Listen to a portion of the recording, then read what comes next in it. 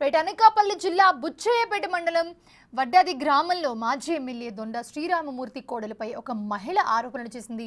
మాజీ ఎమ్మెల్యే కోడలికి తాను 8 లక్షల రూపాయలు నగదు అప్పుగా ఇచ్చానని, బంధువుల పెళ్లికి వెళ్లానని, తన బంగారం కూడా ఆమె తీసుకుందని ప్రగడ లక్ష్మి అనే మహిళ ఆరోపిస్తూ ఉంది. తన బంగారం తిరిగిమ్మని అడిగితే మాట దాటేస్తుందని బాధితురాలు కన్నీరు మున్నీరు అవుతోంది. తనకు న్యాయం చేయాలంటూ కూడా సత్యరమాదేవి ఇంటి ముందు టెంట్ వేసుకుని ఆందోళన చేస్తూ ఉంది.